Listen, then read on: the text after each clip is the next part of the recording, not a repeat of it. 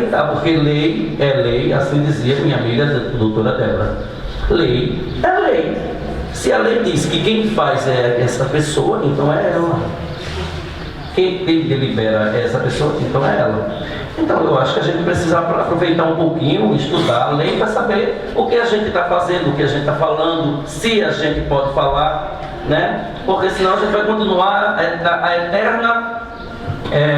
com o eterno problema da busca pela cura na unidade mista, enquanto ela poderia estar sendo feita no PSF. Né? Uma consulta no PSF, porque o médico vai saber o que é que você tem, vai perguntar o que é que você tem, talvez faça alguns exames lá, ou não, ele peça os exames. Tem gente que quer exame, quer que o médico passe o exame lá na unidade mista, e quando o médico lá não passa, eles reclamam. Então está tudo errado, as pessoas estão entendendo tudo errado. E aí talvez tenha uma falha nossa de que a gente não está sabendo explicar às pessoas. Então elas estão buscando informações nos lugares errados. A minha sugestão, certo, é que a gente comece a informar melhor as pessoas, que talvez a ouvidoria quase não vá ter demanda. E que se tenha os elogios, como o senhor falou. Né? Porque todo mundo gosta de receber elogio. Quando a gente recebe uma reclamação, a gente não gosta. A gente não gosta, a gente sabe disso que não gosta. Mas é importante que a gente saiba informar as pessoas, porque senão elas vão ficar reclamando a gente uma coisa que a gente sabe que ela está errada, mas aí a gente não gosta. Então a gente precisa entender que ela não passou ainda pelo processo de informação para poder reclamar. Então a gente tem que ter calma para sentar e explicar a ela tudo aquilo. Senão a ouvidoria não vai ser ouvidoria, vai ser falaria, né? Vai ser só falar o que a gente quer e as pessoas talvez não vão entender. Então é uma sugestão de preparar todo mundo para esse processo. De cima para baixo, de baixo para cima. Obrigado.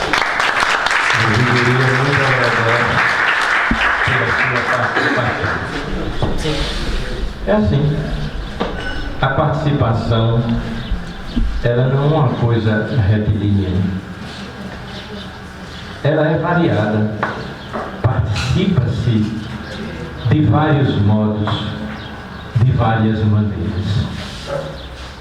Mas, no final de contas, pior seria se a participação, não tivesse alcançado o nível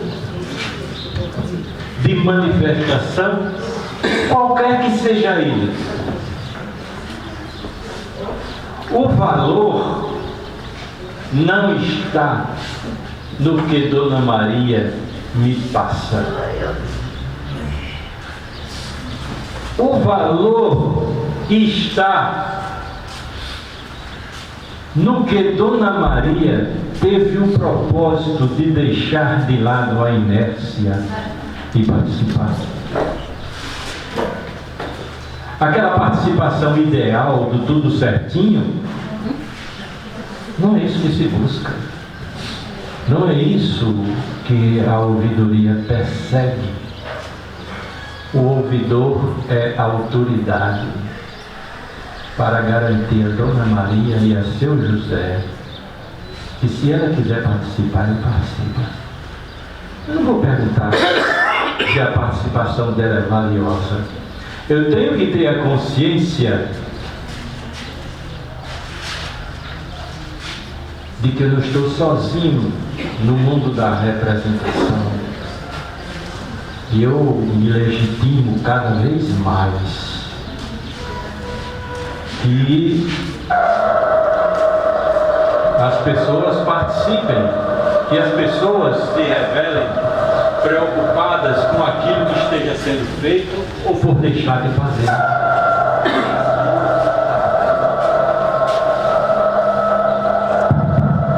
Agora ficou inamistoso. Você sentiu?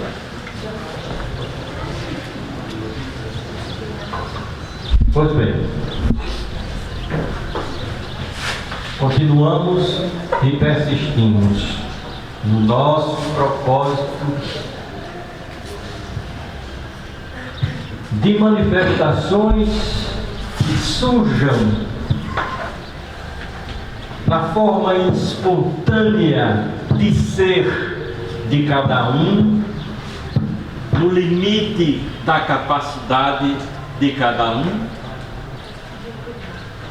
neste clima e neste ambiente que está se tornando propício, graças a Deus, que até bem pouco tempo não era próprio, não cabia se falar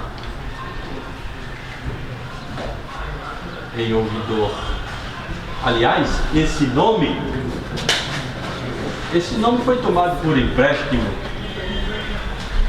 porque muitas vezes remete ao ouvidor tempos do Brasil colônia, onde o ouvidor era aquela figura até mesmo temível, porque ele chegava em qualquer lugar e ali ele estava para representar os interesses do rei. Mas o ouvidor, que é essa figura da atualidade, que é o ombudsman, ele não advoga interesse do rei, ele não advoga o interesse do erário, ele não advoga o interesse do prefeito. Ele está pronto e de portas abertas e ouvidos atentos, com generosidade, para dizer ao cidadão: se você quiser participar, pode participar, que eu lhe garanto a participação. Eu não estou dizendo a realização, porque a realização, isto é por conta de quem está à frente da representação: prefeitos, secretários. A área técnica fica com quem está na representação, evidentemente. Mas deixem que os cidadãos sejam cidadãos. Deixam que verbalize na forma participativa que possam ter, evidentemente. Pois estamos na ouvidoria do Ministério Público com esse propósito de interiorizar, de levar essa mensagem aos quatro cantos, para que a cidadania cada vez mais se fortaleça e o nosso processo democrático se revitalize sempre e cada vez mais. Alguém mais quer fazer outra manifestação? Sim, por não. Bom dia, pessoal. Então, primeiramente eu quero agradecer a oportunidade de estar aqui e dizer que todas as suas palavras foi palavra de muita esperança. Eu acredito que no coração de cada um da gente. Por quê, minha gente? Quando é que a comunidade muda? Quando cada um de nós muda as nossas atitudes, não é verdade? A gente só muda a realidade do nosso Brasil, da nossa cidade, do nosso ambiente de trabalho, quando a gente muda de atitude, né? E eu lembrava muito, lá na nossa escola, que a gente também teve uma capacitação, treinamento com o Ministério Público, na escola com respeito, onde esse trabalho trouxe para o interior da escola grandes mudanças. Por quê? Cada um de nós começa a fazer uma ação sobre o nosso comportamento, sobre as nossas atitudes. Então tudo isso traz grande mudança dos nossos hábitos de trabalho. E tanto isso foi tão positivo na escola que a gente começou a passar isso para os nossos alunos. Veja como foi positivo. Em um ambiente de aula, que estávamos lá, perguntávamos aos nossos alunos o que é que eles queriam de melhor para a escola. E aí um deles dizia mesmo assim: eu queria a minha escola pintada, professor. Tem um professor na sala. Então a gente dava voz para aquelas crianças falarem: mas por que você queria pintada? O que é que ela ia proporcionar para você? Porque a escola era bonita, ficar mais alegre. Aí isso se passou. Depois desse momento, a gente perguntou para ele se ele tinha coragem, que a gente teve a oportunidade, não foi, doutor Paulo, de trazer, acho que era um projeto que a prefeitura tinha, a prefeitura vinha até a comunidade, né? Então, assim, nessa oportunidade, eu perguntava à criança: você tem coragem de... A gente vai ter essa oportunidade de estar os secretários e o prefeito nessa ocasião, e a gente convidou toda a comunidade a participar. E nessa ocasião, eu perguntava à criança: você tem coragem de falar por todos os seus colegas que você queria, e o motivo que você queria a sua escola bonita, pintada, o que é que ela ia trazer para você? E ela ficava toda vergonhosa, mas assim, com aquela vontade de falar. E naquele dia, quando estava toda a comunidade, acho que tem uma mãe que está ali presente, que eu fiquei muito feliz quando eu vi ela chegando. Aquela criança levantava a mão e eu disse: você vai falar? E ela falou, filha do povo, levantou a mão e disse que queria a escola dela bonita e pintada. Então, assim, é muito importante quando a gente gera esse despertar, essa curiosidade dentro das pessoas. Se tiver uma ou duas pessoas ali procurando mudança, é muito importante a gente ouvir. E quando eu estou lá num conjunto de mães, de pais em reunião, eu sempre fico feliz no final da reunião quando eu pergunto para eles: mas o que é que está inquieto no coração de vocês? O que é que vocês queriam que mudasse aqui na escola? Porque sempre tem alguma coisa que precisa mudar. O que é que vocês queriam? E eu fico triste quando ninguém me diz nada, sabe? Eu acho muito bom quando tem alguém que diz assim: ó, Fernanda, isso aqui, isso. Então isso aí faz a gente mudar. Então é muito boa essa participação. E dizer assim que as mudanças, elas acontecem lento. Né? É uma coisa assim que não é de um dia para o outro, mas assim que a gente vê que a mudança está acontecendo quando as pessoas começam a mudar de atitude. Então, assim, na educação a gente já vê essa transformação, sabe? A gente já começa a trabalhar na criança aquele desejo mesmo de questionar por que está assim, o que é que eu posso fazer para mudar. Ontem mesmo na reunião que a gente teve na atividade com os professores, eu perguntava para eles: o que é que vocês têm feito para mudar a situação da sociedade? Porque a gente, enquanto escola, a gente também tem que procurar mudar a situação da sociedade. E eles questionavam entre si. Eu disse assim: não precisa nem responder. Começa vocês mesmos a questionar, porque a gente sabe que a escola é o lugar onde as crianças aprendem tudo, todos os encargos das suas famílias, né? Então, assim, eu acho que a mudança faz, a partir da gente começa a mudar os nossos atos, as nossas atitudes. Então, esse momento como esse, isso é muito importante. Não importa o número de pessoas que estão aqui, se tiver uma ou duas pessoas interessadas em mudança, em mudar essa realidade, já é muito prazeroso, já é muito gratificante. Então, eu agradeço muito a oportunidade de estar aqui e dizer que foi maravilhoso esse momento, minha gente, de a gente compartilhar.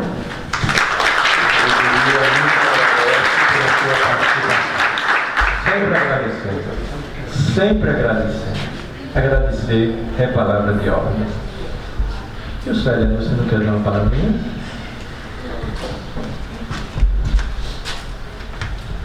Bom dia.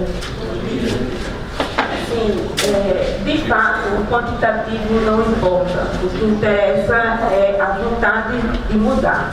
E é o que a gente vem tentando fazer. Aqui na Escola Cidadã, a gente trabalha com adolescentes. E todo mundo sabe que trabalhar com adolescente tem muitas dificuldades. Então, assim, sempre procuro conversar com os meus professores onde que a gente está errando. É sempre o que eu digo a eles: vejam onde que a gente está errando. Porque eu escuto muito deles dizer assim: fulano não quer, porque fulano não quer, porque fulano não vem, porque a mãe de fulano não comparece. Mas o que eu como professor, o que eu como educador, o que eu como cidadão estou fazendo para aquilo mudar? Então eu acho que todo mundo deve pensar assim: eu tenho que mudar e não querer mudar ninguém. Eu acho que a gente não consegue por esse caminho. Eu não posso jamais querer que o doutor Paulo faça aquilo que esteja ao meu agrado. Não, eu tenho que procurar mudar para que ele veja que aquele é o caminho, que é por ali que a gente deve seguir. Então, eu acredito que é esse o papel da ouvidoria. Ela tenta fazer com que todos os cidadãos procurem um meio de mudar. Ele disse aqui que a ouvidoria está aberta para ouvir, claro, uma crítica ou uma sugestão. Mas eu sinto muito, claro, a gente não quer quantidade, mas eu sinto muito em alguns pais não estar aqui presentes, porque seria de grande valia compreender que o cidadão, ele tem seus direitos, mas também ele tem seus deveres. Que dever seria esse para com a sua comunidade, para com a sua escola, para com os seus filhos? Então, eu acho que o caminho é esse. Agradeço muito a participação da ouvidoria, de todos os secretários, agradeço por ter participado, do prefeito, do vice-prefeito, dos meus professores, eu pedi para que eles viessem estar atentos aqui a alguns alunos. Então, assim, os pais que aqui estão, esse é o caminho, minha gente. A gente não deve procurar a ouvidoria de forma, pensando que ela vai, digamos assim, uma forma de justiça, porque tem gente que procura a ouvidoria no intuito de prejudicar o fulano, o vizinho, como ele bem citou aqui o exemplo de um vizinho e prestar uma queixa na ouvidoria sobre o outro por causa de um esgoto. Está lhe prejudicando? Vamos procurar um meio de resolver aquela situação. É que a gente não deve procurar a ouvidoria? Não, devemos sim. Mas eu tenho uma crítica, mas eu tenho que ter uma crítica construtiva. Eu estou pedindo uma ajuda e ao mesmo tempo eu tenho que levar a minha opinião, como que eu posso ajudar. Eu estou dizendo isso aqui não está bom para mim, mas como que pode melhorar? E eu acredito que é esse o caminho que todos devemos seguir. Criticar sim, mas de uma forma construtiva. Tá certo? Muito obrigada pela atenção de vocês.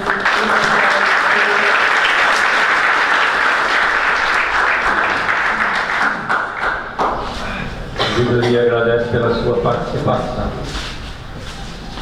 Eu acho que eu já tenho mais de 10 anos de ouvidoria. Parece que eu cheguei na ouvidoria e fui ficando. Eu estou já no 3º mandato como ouvidor lá na minha instituição, o Ministério Público, onde eu já tenho, como disse, 3 mandatos. Havendo uma possibilidade aí de uma renovação desse 3º mandato. Mas se nós enfraquecermos, se nós nos deixarmos abater, né, a gente não prossegue o propósito de defesa e da devida compreensão do processo participativo. Eu fiz o último relatório, um relatório analítico. Esse relatório ele segue para as autoridades do Ministério Público aqui na Paraíba e também para as autoridades do Ministério Público, do Conselho Nacional do Ministério Público em Brasília.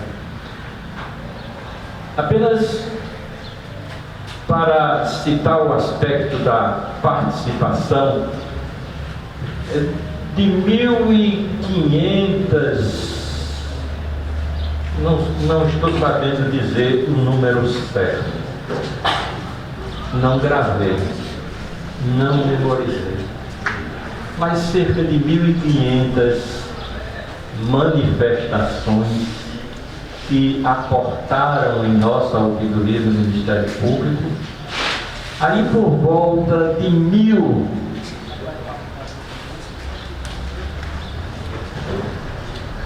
foi a opção pelo biombo, eu chamo biombo, que é o anonimato.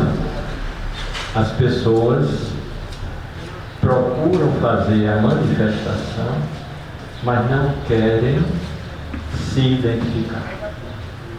Essas manifestações chegam para nós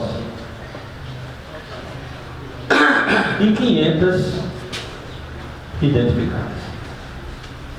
A ouvidoria, ela não pode, não deve ser um dique de contenção das manifestações dos cidadãos, quaisquer que sejam elas. Sejam manifestações anônimas, sejam manifestações identificadas. Mas vejam a diferença. Existe um ânimo participativo verdadeiramente, mas existe um acanhamento no aspecto relativo à identificação. 1.000 para 500, né? Você vê como é que são as coisas. Bom, nesse processo de garimpagem que todos os dias estamos na ouvidoria, portas abertas, nós temos os nossos canais, de forma espontânea vão chegando as manifestações, nós vamos dando tratamento a essas manifestações, procurando saber sobre o que é que elas tratam. Umas tratam sobre infância e juventude, uma fala sobre crimes, outra fala sobre meio ambiente, outra fala sobre consumidor, outra fala sobre educação, sobre saúde, e aí o ouvidor recolhe aquele material. Aquilo é o quê? É uma manifestação. Desse-lhe o respeito e a consideração devidos. É uma manifestação de um cidadão ou de uma cidadã. E o ouvidor tem a obrigação de conferir garantia àquele cidadão que fez aquela manifestação. Se é de algo referente a meio ambiente, lá em Cajazeiras, nós mandamos para conhecimento e providências do promotor lá em Cajazeiras, que cuida do assunto meio ambiente. E assim por diante. Pois bem, hoje o Conselho Consultivo da Ouvidoria ganha vocês. Tomem consciência disso. Tomem consciência disso. E ajam como agentes multiplicadores, como eu já disse. Diga nas praças, nas ruas, nos corredores, que vocês estiveram em reunião com a ouvidoria do Ministério Público, o seu Conselho Consultivo. E, a partir de hoje, que haja a participação dos senhores e das senhoras é natural. Busquem-nos. Estamos não somente disponíveis por 2 horas, como estamos aqui. Busquem-nos. Estamos lá em João Pessoa. Se quiser uma audiência com esse modesto ouvidor, pode pedir, pode marcar com a minha secretária. Se quiser participar alta madrugada, pode. Abra o seu computador, entre no nosso formulário eletrônico. É fácil. O campo referente à mensagem, aquilo que você quer dizer, ele não tem limite de caracteres. Você escreve o quanto quiser, você relata o fato que quiser. Se é caso de você juntar algum documento, o nosso formulário eletrônico não pode receber documento. Contudo, você pode se valer do nosso e-mail. O nosso e-mail, ouvidoria@mppb.mp.br. Qualquer que seja a manifestação, nós daremos o devido tratamento e encaminhamento. E estamos à disposição de todos. Eu creio que nós estamos nos aproximando do limite do tempo e nós nos regemos por um regimento que diz que as nossas reuniões elas têm um prazo de até 2 horas, e para que nós não sigamos além do que está no regimento, certo? Eu aproveito esses últimos instantes para dizer que a ouvidoria do Ministério Público está feliz, alcançou o objetivo que tinha em mente, buscou esta comunidade.